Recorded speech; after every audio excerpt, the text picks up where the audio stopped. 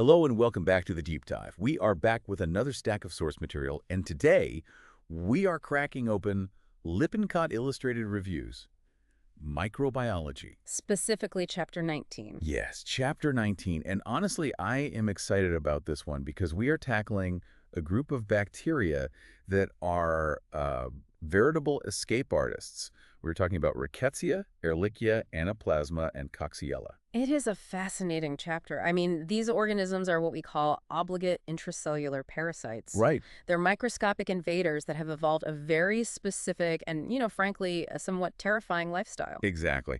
And our mission today is to master these obligate intracellular parasites.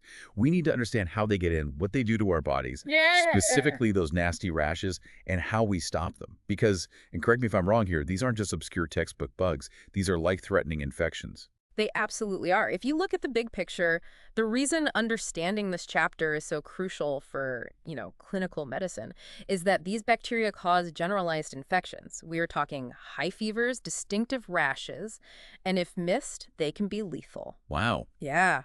They are diagnostic puzzles, usually linked to things we encounter outdoors: ticks, lice, fleas. The creepy crawlies. Precisely. And the source material today is rich. We have the text, of course, but also classification charts, electron micrographs, and clinical photos of rashes that are absolutely essential for visualization. We're going to paint a picture of those for you as we go. Okay, let's unpack this. We'll start with the general nature of the beast, Rickettsia.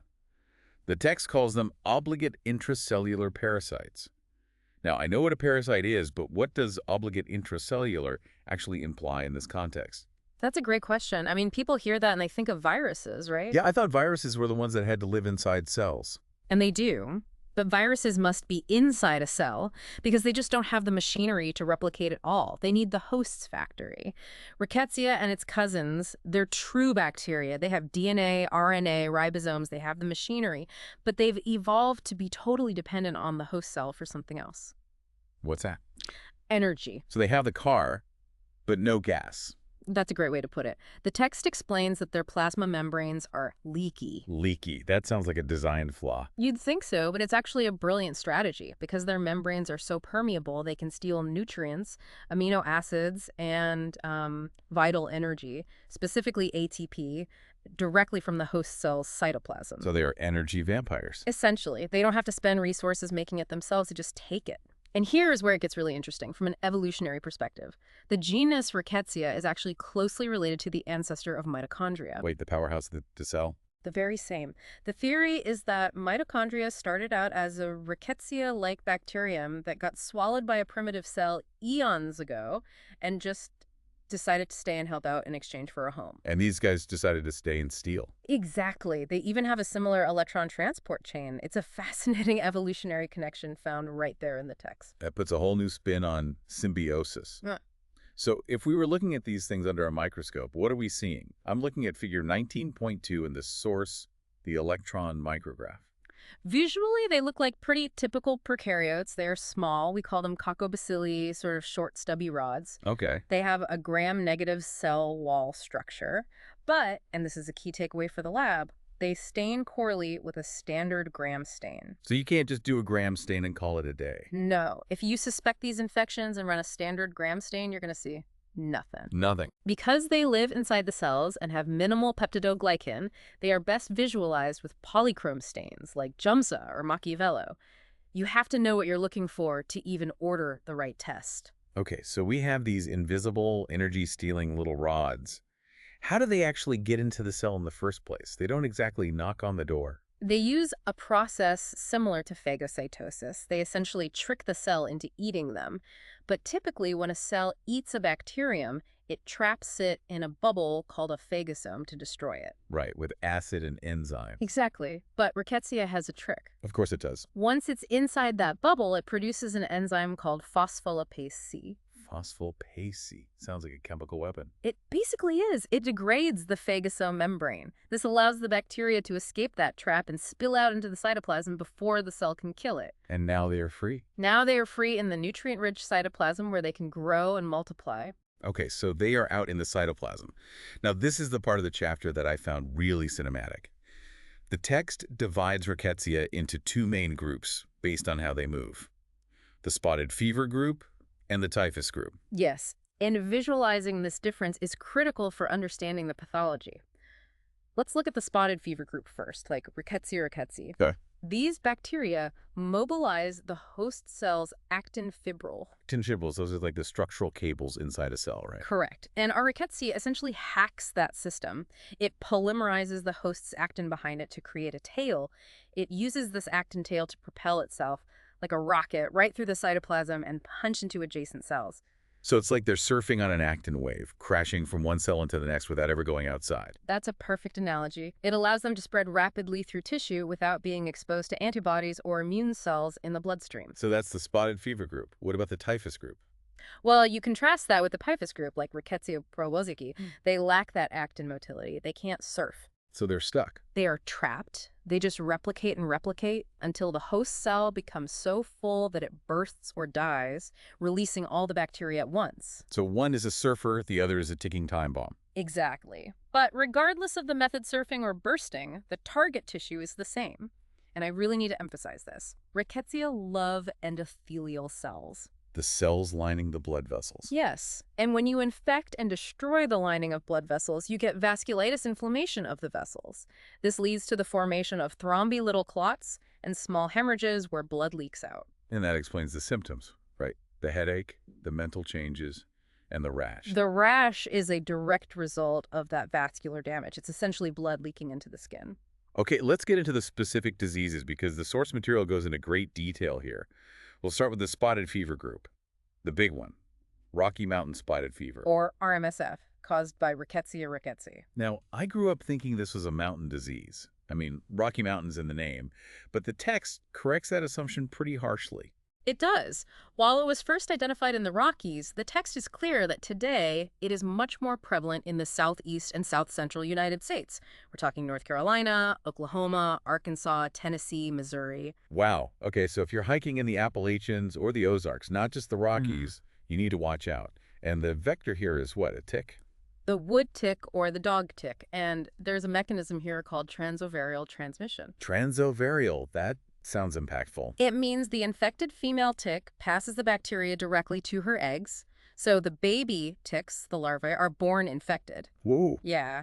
This allows the disease to persist in the tick population even without mammal hosts. That is disturbingly efficient. So you get bit, what happens next? About a week later, an average of 7 days, you get high fever and malaise. Then comes the rash. We need to visualize figures 19.3 and 19.4 here. Yeah, describe figure 19.3 for the listener. It's a photo of a child's hand. It shows a spotted rash with what we call palpable purpura. These are raised bumps caused by bleeding under the skin, but the key feature is the pattern of spread. It is centripetal. Centripetal. What does that mean in this context? It means the rash starts on the extremities, the wrists, ankles, palms, and soles, and spreads inward toward the trunk. Okay, that is a high-yield fact right there. Palms and soles. Most rashes spare the palms and soles, don't they? Many do, yes. So seeing a rash on the palms and soles is a major red flag for RMSF. But then the text drops a really scary statistic. Spotless RMSF. Yes. About 10% of patients never develop the rash. This is a nightmare for diagnosis because if you're just waiting for the spots, you might miss it. And RMSF is potentially lethal. Right. It can lead to kidney failure, heart failure, and death if untreated. And the text notes specifically that 2/3 of cases are in children under 15. Absolutely. The peak incidence is ages 5 to 9, so a child with fever and headache in the summer in a tick-prone area needs to be evaluated for this, rash or no rash. Before we move on, there's a brief mention of another spotted fever, rickettsial pox. Right, caused by Rickettsia cari. The vector is a mite, and the reservoir is the mouse. The unique feature here to remember is the eschar. An eschar, that's like a scab, right? A dark, crusty scab at the site of the bite. It's a helpful diagnostic clue that you don't typically see with RMSF. Got it. Okay, let's pivot to the typhus group. We've got epidemic typhus and endemic typhus. Let's start with epidemic, Rickettsia prowazekii. The vector here is the human body louse, and the transmission mechanism is, well, it's memorable. Oh, I read this. It's gross. It's not the bite itself, is it? No. The louse feeds, and while it feeds, it defecates. The louse feces contain the bacteria. When the human scratches the itchy bite, they inadvertently scratch the infected feces into the wound. Talk about adding insult to injury. It really is.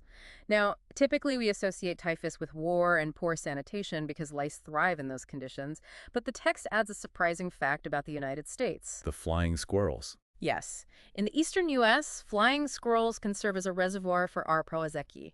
Sporadic cases occur when humans come into contact with the ectoparasites, the fleas or lice of these squirrels. Note to self, do not pet the flying squirrels. Do. Now, how does the rash compare to Rocky Mountain spotted fever? It's the opposite. The typhus rash is centrifugal. It starts on the trunk, the chest and back, and spreads outward to the extremities. So RMSF is in, typhus is out. Correct.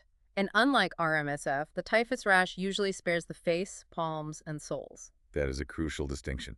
The text also mentions something called Brill-Zinsser disease. What is that? It's also known as recrudescent typhus. Basically, a person recovers from epidemic typhus, but the bacteria go into hiding. They go latent in the reticuloendothelial system. Decades later, maybe 10 to 40 years later, the infection can reactivate. It's usually milder, but it shows you how persistent these organisms are. Like a sleeper cell waiting for decades. That is wild. Quickly, what about endemic typhus? That's Rickettsia typhi. It's called marine typhus because the reservoir is urban rodents rats. The vector is the rat flea. It's generally a milder disease than epidemic typhus. Okay, so that covers Rickettsia. Let's shift gears a bit to the leukocyte invaders, Ehrlichia and Anaplasma.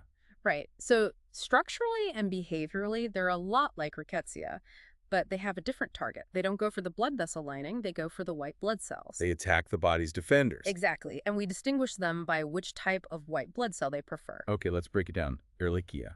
Ehrlichia chufensis causes human monocytic ehrlichiosis, or HME. As the name suggests, it parasitizes monocytes. And Anaplasma. Anaplasma phagocytophilum causes human granulocytic anaplasmosis, or HGA. It targets granulocytes, specifically neutrophils. There is a very specific visual associated with these two in the text, morulae. Yes. When these bacteria grow inside the cytoplasmic vacuoles of the white blood cells, they create these berry-like inclusions. Morula is Latin for mulberry. Morulae, like little berries. Exactly. If you see a monocyte or a neutrophil on a blood smear with a mulberry-shaped cluster inside, that is a morula. It's diagnostic. What about vectors? Are we still talking ticks? We are. For Ehrlichia, HME, the primary vector is the Lone Star tick. This is common in the southeastern and south-central U.S. It's the one with the white dot on its back. That's the one. And for anaplasma, it's transmitted by the deer tick and the dog tick. So the same ticks that transmit Lyme disease can transmit anaplasma. Double trouble. So you could technically get both at the same time. You absolutely can. Co-infection is a real clinical concern. Now, symptoms. We talked about how rickettsia is all about the rash. What about these guys? And that's the important negative. Rash is actually rare in ehrlichiosis and anaplasmosis. You get the fever, the chills, the headache, the muscle pain, but usually no rash. So fever plus a tick bite minus a rash equals suspect Ehrlichia or anaplasma. That's a good rule of thumb. Also, because they attack white blood cells and platelets, lab findings will often show leukocytopenia, a low white count, and thrombocytopenia, a low platelet count. Okay, moving on to the final member of our quartet. The rebel of the group, Coxiella burnetii. Ah, yes. Coxiella, the causative agent of Q fever. What Q? It stands for query. For years, the cause of the fever was unknown in the abattoir workers who were getting sick, so they just called it query fever. I love that. We don't know what this is. Let's just call it Q. Why do you call it the rebel? Because it breaks almost all the rules we just discussed for Rickettsia. First off, transmission. It does not require an arthropod vector for humans. No ticks? No ticks. Human infection usually occurs via inhalation. You breathe in infected dust. Dust. From where? Barnyards, slaughterhouses. The reservoir is livestock, cattle, sheep, goats. The bacteria are in high concentrations in the placenta and amniotic fluid. Oh, wow. So when an infected animal gives birth, those fluids contaminate the soil, it dries out, turns to dust, and people inhale it. So it's airborne? Effectively, yes. And that leads to the second difference, stability. Rickettsia are fragile outside the host. Coxiella is extremely resistant to heat and drying. It forms a spore-like structure that can survive in that dust for months, maybe even years. Inside the cell. It has a unique niche. It actually grows inside the phagolysosome. Most bacteria are killed by the acidic environment there, but Coxiella seems to be stimulated by the low pH. It likes the acid. That is tough. So what does Q fever look like clinically? Since you inhale it, it often presents as interstitial pneumonitis, a type of pneumonia. It can also cause hepatitis, and there is a very serious complication mentioned, culture-negative endocarditis. Endocarditis, infection of the heart valves. Why culture negative? Because remember, it's an obligate intracellular parasite. If you try to grow it on standard blood agar in the lab to see what's infecting the heart, nothing will grow. So you have a patient with signs of heart valve infection, but the cultures are blank. You have to think of Coxiella. Okay, we've covered the bugs. Now we need to know how to catch them and kill them. Diagnosis and treatment. For diagnosis, serology is the main tool looking for antibodies. PCR is also used. For Rickettsia, you can do immunofluorescence on a skin biopsy of the rash. But the text is very specific about the timing of treatment. It almost sounds like a warning. It is a warning. The golden rule is, do not wait for lab results. If you have clinical suspicion fever, headache, tick bite history, you treat immediately. Immediately. Especially with Rocky Mountain spotted fever, delaying treatment beyond the 5th day significantly increases mortality. Treat first, ask questions later. And what is the magic bullet? Doxycycline. It is the drug of choice for almost everything we discussed today. RMSF, ehrlichiosis, anaplasma, Q fever. Doxycycline for the win. Are there exceptions? The text notes one major exception: pregnant women.